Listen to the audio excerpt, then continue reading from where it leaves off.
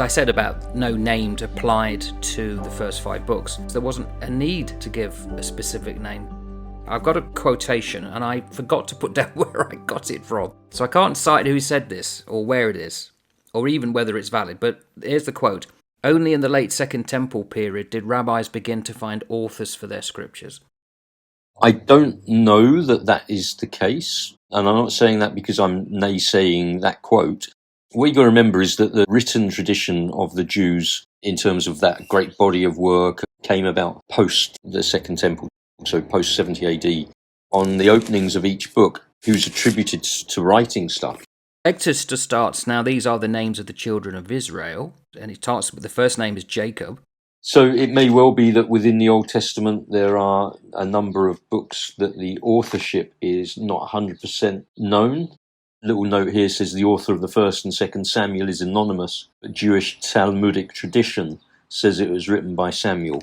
So you may well be onto something that a lot of these books were not ascribed to a particular author, which then makes it even more intriguing. Pre-70 AD, Jesus puts a name to the first 5 books and says these were the books of Moses. Moses wrote this. So that seems to me to nail Moses more firmly onto the mast, in contrast to the Talmudic tradition that may have ascribed names later on.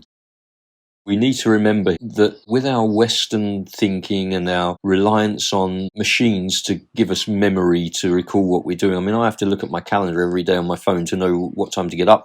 The ancient people had the ability to memorize so much incredible stuff and to be able to regurgitate it verbatim. We in modern years have lost that. And we are staggered when we can see somebody recite things which are more than a sentence or two. But these people could have recited scroll after scroll after scroll and recited it absolutely perfect. The handing down of oral tradition, while it's odd to us, it doesn't make it any less genuine and it doesn't make it any less accurate at all. We can be skeptical about it because why wouldn't we be? Because everything we are in life these days is skeptical. If you can't prove it, I'm never going to believe it, crap, which is a problem for just your whole way of living, to be quite honest.